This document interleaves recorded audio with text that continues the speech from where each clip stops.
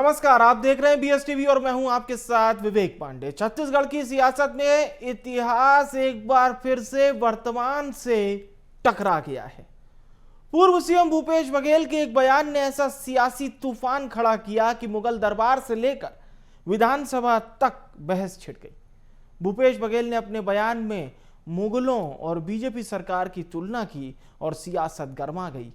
वहीं पूर्व deputy CM TS Singhdeo ने मुगलों को हिंदुओं के लिए सुरक्षित बता दिया, तो बीजेपी ने कांग्रेस को मुगलों का पार्टनर बता दिया। आखिर क्यों कांग्रेस को बीजेपी ने कहा मुगलों का पार्टनर और सियासत क्यों गरमाई हुई है, और वर्तमान समय में मुगलों को प्रासंगिक बनाने के पीछे आखिर माजरा क्या है, या ये सिर्फ बयान वाली सियासत ही है? एक रिपोर्ट आप देखिए, इसके बाद खास मेहमानों के साथ चर्चा की शुरुआत करेंगे। छत्तीसगढ़ में इन दिनों हिंदू एकता और भारत के इतिहास को लेकर सियासी संग्राम छिड़ा हुआ है। पूर्व सीएम भूपेश बघेल के बयान के बाद अब पूर्व डिप्टी सीएम TS सिंहदेव का मुगलों को लेकर बयान सामने आया है। बयान आते ही प्रदेश की सियासत गर्मा गई। मुगलों ने हिंदुओं के ऊपर उस प्रकार से कोई कार्रवाइयां की हो, ये इतिहास में लेख नहीं मिलता। ऐसी हमने इतिहास में साक्ष्य अभी तक नहीं पाया। मैंने भी MA इतिहास में किया है, थोड़ा बहुत इतिहास पढ़ा है, बाकी भी थोड़ी पुस्तकें पढ़ने की कोशिश करते हैं। मैंने कहीं कोई ऐसा उल्लेख नहीं पाया। TS सिंहदेव का बयान सामने आने के बाद सूबे की राजनीति में उबाल आ गया है। इस पूरे मामले में बीजेपी विधायक पुरंदर मिश्रा ने कांग्रेस पर तीखा हमला बोला है। पुरंदर मिश्रा ने कांग्रेस को मुगलों का राजनीतिक पार्टनर बताते हुए कहा कि मुगलों की तरह छत्तीसगढ़ को कांग्रेस ने 5 साल लूटा। इसमें कांग्रेस ने भी जमकर पलटवार किया और कहा कि पुरंदर मिश्रा सठिया गए हैं। मंत्री पद नहीं मिलने की वजह से मुद्दे ढूंढ रखे हैं कि कैसे मक्खन लगाया जा सके और सरकार में उन्हें कोई पद मिल जाए। भ्रष्टाचार तो भाजपा ने किया है, जो पिछले 15 साल से छत्तीसगढ़ पर राज कर रखी थी। पहले की संपत्ति और अभी की संपत्ति देख लीजिए। भाजपा के नेता माला माल हो चुके हैं। मुगलों से रिश्तेदारी नहीं है, उनके पार्टनर हैं और मिलजुल के छत्तीसगढ़ को लूटने के लिए 5 साल आए थे और 3200 करोड़ का शराब घोटाला में जो आप लोग देख रहे हैं वो पूरा हो रहा है। भारतीय जनता पार्टी के विधायक पुरंदर मिश्रा जी सठिया गए हैं, अपने आला नेताओं को खुश करने के लिए कुछ भी बात कर रहे हैं। मंत्रिमंडल में तो जगह नहीं मिली, अब कैसे कोई आयोग मंडल मिल जाए, उसको लेकर इस प्रकार मुगल ये इस प्रकार की बात करते हैं। कुल मिलाकर छत्तीसगढ़ की सियासत में इतिहास एक बार फिर सियासी हथियार बन गया है। बयान एक का, सफाई दूसरे की और हमला तीसरे का। अब सवाल ये है कि क्या मुगलों पर ये सियासत सिर्फ बयानबाजी तक सीमित रहेगी, या फिर आने वाले दिनों में यही मुद्दा छत्तीसगढ़ की राजनीति का नया एजेंडा बनेगा। Bureau report, BSTV Chhattisgarh. तो देखिए, हम चर्चा 2025 में कर रहे हैं, लेकिन अगर आपको मुगलों को जानना है तो 1526 से 1857 तक का काल है, जहां पर मुगल आते हैं और आखिरी बादशाह बहादुर शाह जफर के साथ जो मुगलिया सल्तनत है वो खत्म होती है या वो विश्राम लेती है। मैं चर्चा की शुरुआत इस वक्त 3 खास मेहमानों के साथ करूंगा। सत्यप्रकाश सिंह जी हमारे साथ जुड़ रहे हैं, प्रवक्ता हैं कांग्रेस पार्टी से। डॉक्टर किरण बघेल जी जुड़ रही हैं, प्रवक्ता हैं भारतीय जनता पार्टी से। और हमारे साथ छत्तीसगढ़ के वरिष्ठ पत्रकार मनीष बोरा जी भी जुड़ चुके हैं। सभी मेहमानों का बहुत स्वागत है। और मनीष जी, इतिहास दोहराया जा रहा है, इतिहास की बात बताई जा रही है, लेकिन मुगल यानी बाबर से लेके बहादुर शाह जफर, अब आज ये छत्तीसगढ़ में क्यों प्रासंगिक बन रहा है? मुगलिया सल्तनत की बातें,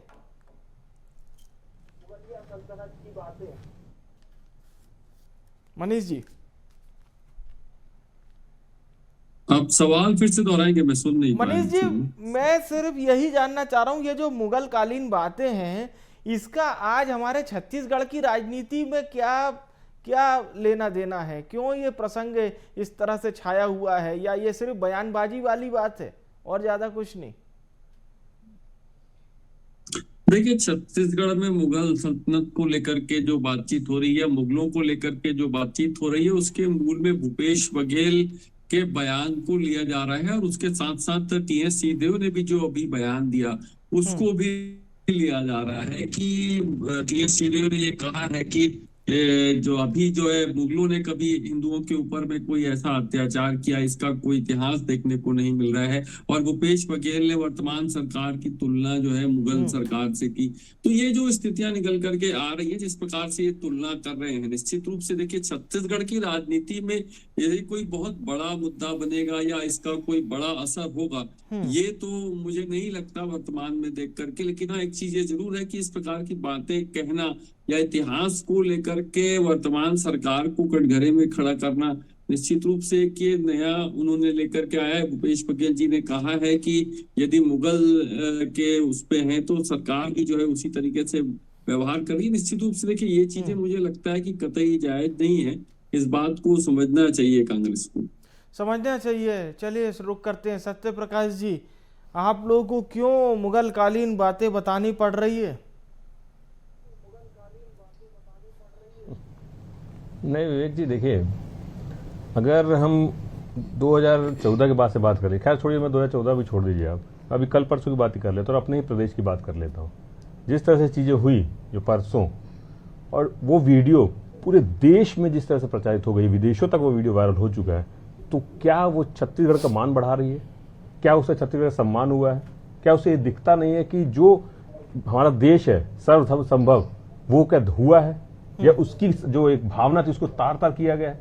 तो ये दिखता है कि आप जो 2014 के बाद से हो, और जब जब बीजेपी की सरकारें आती है किसी प्रदेश में भी हो, तो आप कहीं ना कहीं तुष्टिकरण करके एक बहुसंख्यक के लिए आप दूसरे धर्म को अपमानित कर रहे हैं, और खुलेआम छोड़ दिया जाता है। सबसे महत्वपूर्ण बात कि सरकार के संरक्षण में उनके अनुषंगिक संगठन के जो कार्यकर्ता हैं, जो लोग हैं, वो ये चीजें करते, खुलेआम करते हैं, और सरकार का संरक्षण रहता है सीधे तौर पे, क्योंकि वहां पे जिला प्रशासन खड़ा रहता है, वहां पे कार्यकर्ता खड़े रहते हैं, वहां कोई रोकता नहीं है। वीडियो बना रहे हैं लोग, कोई रोक नहीं रहे।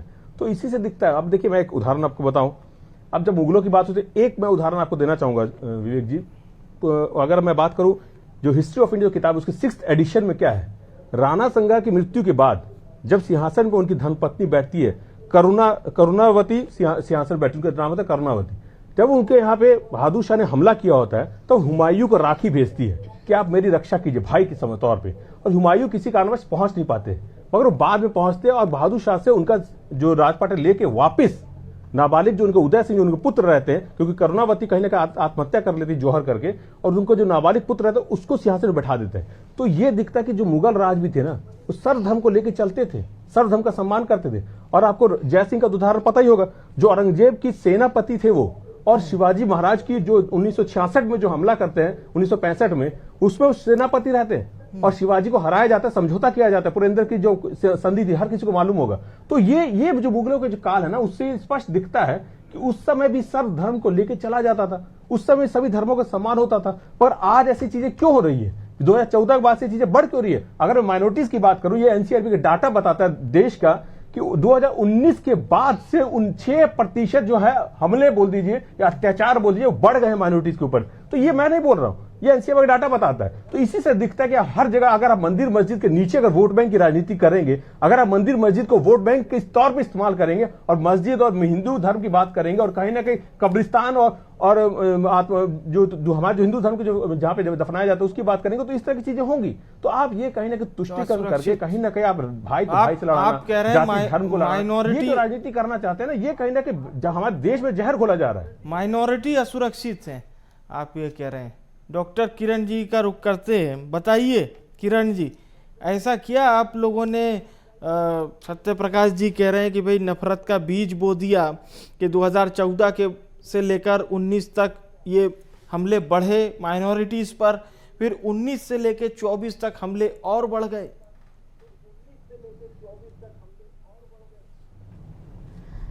विवेक जी, अगर छत्तीसगढ़ कांग्रेस के नेता या छत्तीसगढ़ कांग्रेस मुगलों की महिमा मंडन करती है, तो ये सीधे सीधे भारत के इतिहास के घाव में मरहम की जगह नमक छिड़कने का काम कर रही है, और सीधे सीधे हमारे इतिहास से जहां सीखना चाहिए किस प्रकार मुगलों ने भारत को लूटने का काम किया, भारत के संस्कृति को खत्म करने का प्रयास किया, भारत के मंदिरों को विध्वंस किया, धर्मांतरण करने का काम किया, जजिया कर जिससे पूरे भारत आहत थी। अगर ऐसे लोगों की महिमा मंडन कांग्रेस करती तो बहुत शर्मनाक बात है। और अगर हम कांग्रेस की तुलना अगर हमारे नेता तुलना करते तो मुझे भी ये बात सही लगती है, क्योंकि जो काम मुगलों ने किया भारत को लूटने का, भारत के संस्कृति को नष्ट करने का, यही काम पिछली सरकार में कांग्रेस ने किया। किस प्रकार छत्तीसगढ़ महतारी को भ्रष्टाचार करके लूटा। यहाँ की संस्कृति की बात करूं तो पिछले कार्यकाल की बात करें विवेक जी, तो वहां के डीआईजी स्वयं मुख्यमंत्री को पत्र लिखते थे, वहां के एसपी, जितने भी जूनियर सीनियर रैंक के पुलिस ऑफिसर लिखते थे, पत्र लिखते थे मुख्यमंत्री को कि बस्तर धर्मांतरण की आग में जल रहा है। हमारे भाजपा के कार्यकर्ताओं को चुन चुन के मारा जाता था। भोले भाले आदिवासियों को इनकी सरकार के संरक्षण में मिशनरियों के द्वारा मारा जाता था, और इनके मुख्यमंत्री दिल्ली में जाके मिशनरियों के साथ फोटो ट्वीट करते हैं और लिखते हैं कि कठिन परिस्थितियों में हम आपके साथ हैं। तो तुष्टीकरण की राजनीति तो कांग्रेस करती आ रही है। रही बात भाजपा की, और अभी सत्यप्रकाश जी मॉल वाली घटना की बात कर रहे थे, तो वो विवेक जी सीधे सीधे एक समाज का आक्रोश है धर्मांतरण के खिलाफ। वहां कोई भाजपा का कार्यकर्ता या भाजपा के कोई लोग नहीं थे। जिस प्रकार प्रलोभन देकर जोर जबरदस्ती से हिंदुओं को धर्मांतरित किया जा रहा है, वो सामाजिक आक्रोश था। और मुझे लगता है इसे किसी और को इसे राजनीतिक चश्मे से देखना बहुत गलत है। और ये जो महिमा मंडन कर रहे हैं मुगलों का, ये कांग्रेस का सही चेहरा और तुष्टीकरण वाला चेहरा साफ दर्शाता है। चलिए ठीक है। मनीष जी, एक बार फिर से आपका रुख करते हैं और वापस थोड़ा सा इतिहास को टटोलते हैं। मुगलों को लेकर भारत में अगर हम धारणा की बात करें या पूर्वाग्रह की बात करें, वो दो तरह का है। एक कहता है कि मुगलों ने भारत की अर्थव्यवस्था को सुदृढ़ किया। वो कहता है कि भारत के ऐसे मॉन्यूमेंट्स जो दुनिया में प्रतीक बन गए, जिसमें लाल किला है, जहाँ से देश के प्रधानमंत्री आज़ादी दिवस यानी कि 15 अगस्त को भाषण देते हैं। ताजमहल दुनिया का बेस्ट मॉन्यूमेंट्स है। लेकिन एक दूसरा वर्ग, दूसरा धड़ा ये कहता है कि मुगल आक्रांता थे, बाबर से लेकर जितने भी आक्रांता, हुमायूं, जहांगीर, आलमगीर, ये सब सिर्फ लूटने के लिए आए थे और भारत को लूटा, बड़ी संख्या में कन्वर्टेड किया, बड़ी संख्या में हिंदुओं के धर्म स्थल को तोड़ दिया गया। तो ये आज भी अगर हम इस विषय पर एक गैर राजनीतिक डिबेट भी कर दें तो यही दो विषय सामने आएंगे। ऐसे में मुगलों का नाम लेना कांग्रेस और बीजेपी दोनों के लिए कितना मुफीद होगा? देखिए, यदि हम थोड़ा सा इतिहास में जाएं तो मुगलों के शासनकाल की बात करें तो दो प्रमुख राजा उनके हुए थे, अकबर और औरंगजेब।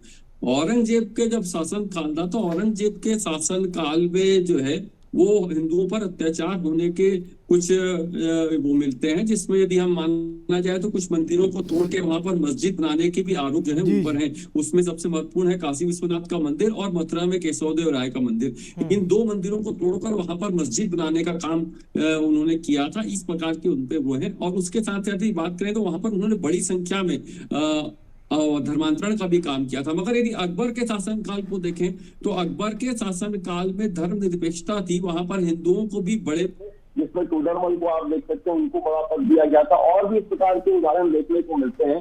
तो ये दोनों ही चीजें, दोनों पहलू देखा जाए तो उसमें सीधे तौर पर नहीं कहा जा सकता कि कोई बहुत वो था। इसमें महत्वपूर्ण चीज ये है कि यदि वर्तमान राजनीतिक परिदृश्य में उसको हम ले रहे हैं, उसमें जिस प्रकार से हम तुलना कर रहे हैं कि मुगल के शासन काल में भी ऐसा नहीं था, तो मुझे लगता है कि धर्म निरपेक्षता की यदि बात की जाए तो वर्तमान में भी हिंदुस्तान में कोई ऐसी स्थितियां नहीं है कि कोई आक्रांता जैसा राज यहाँ पर चल रहा हो या किसी धर्म विशेष के खिलाफ कोई बड़ा प्रदर्शन हो रहा हो। देखिए, एक चीज ये जरूर है कि धर्मांतरण को लेकर के निश्चित रूप से लोगों में आक्रोश है, मगर उस आक्रोश का जिस प्रकार से माहौल को लिया गया, तो माहौल की जो घटना हुई है उसकी तो मैं भी निंदा करता हूँ कि इस प्रकार से नहीं होना चाहिए। ये तो कतई जायज नहीं कि किसी जगह पर आप घुस करके उसको क्योंकि वो किसी एक धर्म विशेष के त्योहार को लेकर के सजाया गया है, तो ये तो कतई जायज नहीं है। लेकिन हाँ, एक चीज ये जरूर है कि ये आक्रोश क्यों निकल करके आ रहा है, क्यों ऐसी स्थितियां बन रही है कि भारत में ये सब करने की आवश्यकता पड़ रही है। तो इसके यदि बीच में हम जाएंगे तो उसमें ये देखने को मिलता है कि जिस प्रकार लगातार जहां पर इनकी संख्या ज्यादा होती है वहां पर ये लोग लगातार हिंदुओं पर हावी होते हैं और उनके त्योहारों को लेकर के भी सवाल उठाते हैं। तो जब इस प्रकार की स्थितियां आती है, इस प्रकार के वीडियो सोशल मीडिया का जमाना है, बिल्कुल। लेकिन मनीष जी, यही इतिहास बताता है कि हिंदू धर्म, अब देखिए मैं पक्षकार ना बनते हुए सिर्फ बात इतिहास की करूंगा, इसी हिंदू धर्म के जो बाहुल्य क्षेत्र है भारत, यहाँ पर हम देखते हैं तो ईसाई धर्म आया, ईसाई धर्म बहुत पनपता है। फिर अभी आप देखेंगे तो ईसाई धर्म के चर्च पूरे भारतवर्ष में मिलेंगे, सहिष्णुता के साथ अपनाया। मुस्लिम धर्म भी देखिए तो प्रादुर्भाव भारत से नहीं होता है, ठीक है, वो भी भारत में रचता बसता चला गया, सबको अंगीकार कर लिया। तो एक ऐसे देश में जहां पर हिंदू मेजॉरिटी में हो, वहां ये कहना कि साहब एक फला सरकार सिर्फ और सिर्फ बहुसंख्यक की बात करती है और अल्पसंख्यकों को लड़ा देती है। विपक्ष अगर आप सुनेंगे तो यही बात कहता है, फिर चाहे पश्चिम बंगाल में हो, चाहे विपक्ष कहीं पर भी हो, यही बात कह रहा हो, यही सियासत चल रही है। तो इससे हम लोग हट क्यों नहीं पा रहे हैं, या ये इतना मजबूत विषय हो गया है कि आजादी के बाद से लेके आज तक हम इसका समाधान ही नहीं ढूंढ पाए।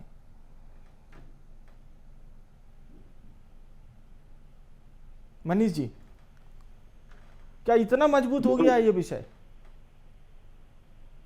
देखिए, जहां तक बात इस विषय को लेकर के अल्पसंख्यक और बहुसंख्यकों को लेकर के जो आपने सवाल किया कि हम इस बात का समाधान ही निकाल नहीं पाए कि क्या होना चाहिए उनके साथ। आज भी हम असुरक्षा के घेरे में रहते हैं, थोड़ी सी बातचीत हो जाए तो। देखिए, इसमें मैंने कहा ना कि जहां पर देखिए हिंदुस्तान एक ऐसा राज्य है जिसने सभी धर्मों को, सभी जाति, सभी पंथ को जो है बहुत ही सहजता के साथ में स्वीकार किया है और सबको समानता का हक हिंदुस्तान के संविधान ने भी दिया है। वहां पर इवन आप यह बात करें तो धर्मों को मानने का भी आजादी जो है वो संविधान में मिली हुई है। लेकिन जबरिया धर्मांतरण की जो बात आती है, प्रलोभन से धर्मांतरण की जो बात आती है, उनको लालच दे करके दूसरे धर्म में शामिल करने की जब बात आती है तो ये विरोध उसका है। कोई व्यक्ति स्वेच्छा से किसी धर्म को स्वीकार करता है तो उसको उस धर्म को स्वीकार करने की आजादी है, मगर जबरिया जब धर्म परिवर्तन कराने की बात आती है, लालच दे करके, प्रलोभन दे करके, तरह तरह की चीजें दिखा करके, और जो इसका मूल जो है, देखिए सबसे महत्वपूर्ण बात तो यह है कि इसके मूल में जाने की आवश्यकता है कि ये स्थितियां क्यों निर्मित होती है, क्यों ऐसा होता है कि स्वास्थ्य को लेकर के या आर्थिक परेशानियों को लेकर के किसी व्यक्ति को अपने धर्म को परिवर्तित करके दूसरे धर्म में जाने की आवश्यकता होती है। आजादी के इतने वर्ष निकलने के बाद भी यदि आज आम जनता स्वास्थ्य को लेकर के, शिक्षा को लेकर के या अहम बात मूल मुद्दे से क्या ध्यान भटकाना भी एक विषय है, ये समझना होगा। सत्य प्रकाश जी, ये कौन है जो भाई को भाई से लड़वा रहा है? और हम हमेशा वही सवाल कर रहे हैं, बस हमारे साल दर साल बदलते जाते हैं।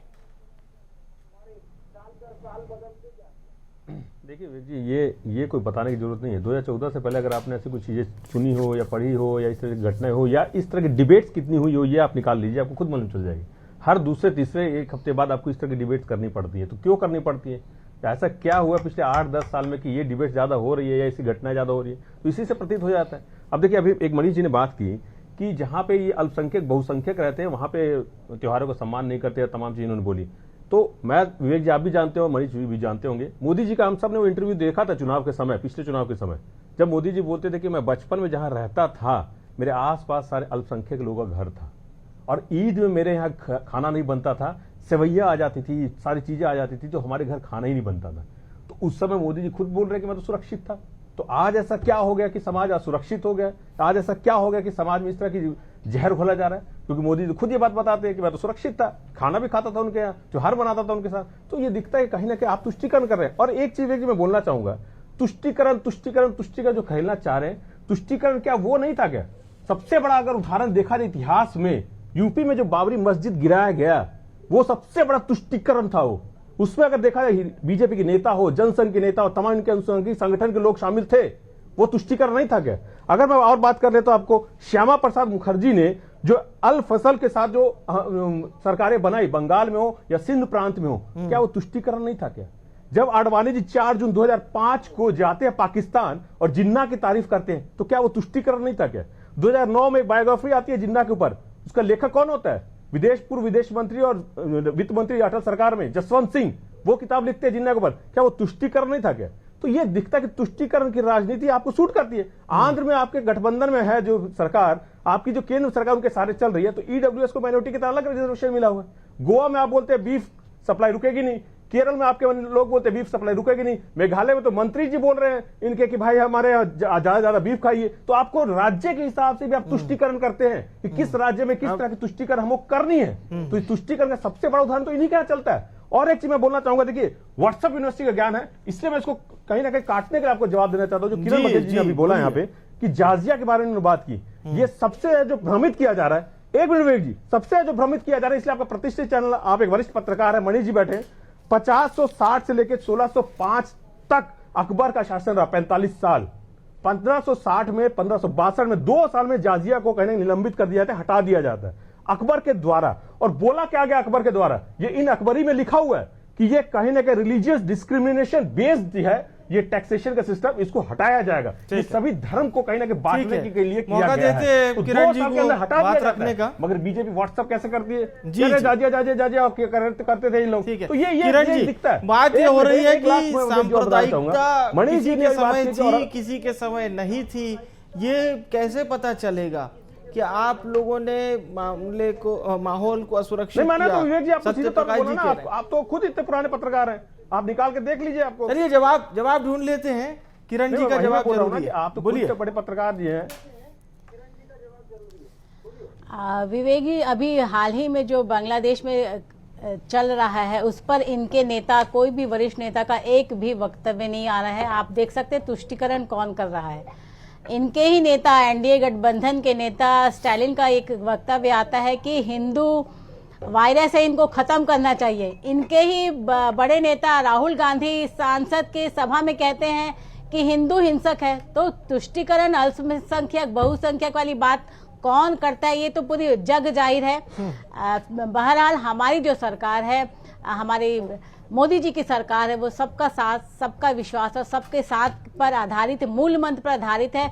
यही कारण है कि जब हम प्रधानमंत्री आवास योजना स्वीकृत करते हैं तो हम ये नहीं देखते कि कौन से धर्म, कौन से समुदाय के व्यक्ति को दिया जा रहा है। अगर मुस्लिम महिलाओं को ट्रिपल तलाक से आजादी दिया जाता है तो वो सिर्फ भाजपा शासनकाल में ही संभव हुआ है। अगर राम राज की बात करें, जहां राम राज्य की कल्पना महात्मा गांधी ने किया था, वो सिर्फ कल्पना रहेगी, तो कांग्रेस ने छोड़ दिया। राम राज की कल्पना को साकार हमारी भाजपा की सरकार कर रही है। और 300 धारा हटाने की बात करते हैं तो इस पर भी ये अगेंस्ट थे। तो किस प्रकार कांग्रेस अपने कथनी और करनी में कितना फर्क दिखाती वो जग जाहिर है। ये सिर्फ तुष्टीकरण की राजनीति करते हैं, वो वोट बैंक की राजनीति करते हैं। सही मायने में अगर सबका साथ अगर हो रहा है तो सिर्फ भाजपा शासनकाल में है, चाहे छत्तीसगढ़ मुझे लगता है कि आज सभी को पर्याप्त अवसर मिल गया। जी, अपनी अपनी बात रखने का समय अब इजाजत नहीं दे रहा है। धन्यवाद मैं करूंगा जी सत्य प्रकाश जी, बहुत बात आ गई सामने। धन्यवाद करूंगा आज सभी मेहमानों का, शुक्रिया। आप सभी ने अपनी बात जनता तक रखी, दर्शकों तक रखी। देखिए मुगल दरबार की बात होने लगी, हमने एक एक कड़ी से जोड़ा और पूरी बातें आप तक पहुंचाई। ये प्रासंगिक क्यों है, हमें भी थोड़ा सा अतीत को और समझना पड़ेगा। इतिहास वैसा ही नहीं है जैसा दिखाया गया। क्या आपको भी यही लगता है? या सोशल मीडिया पर चलने वाले ये जो वीडियो हैं ये आपको बहुत प्रभावित करते हैं, खासतौर से जब कोई बात इतिहास को लेकर कह रहा हो? सोचिएगा जरूर। फिलहाल के लिए मुझे यानी विवेक को दीजिए इजाजत। देखते रहिए BSTV। नमस्कार।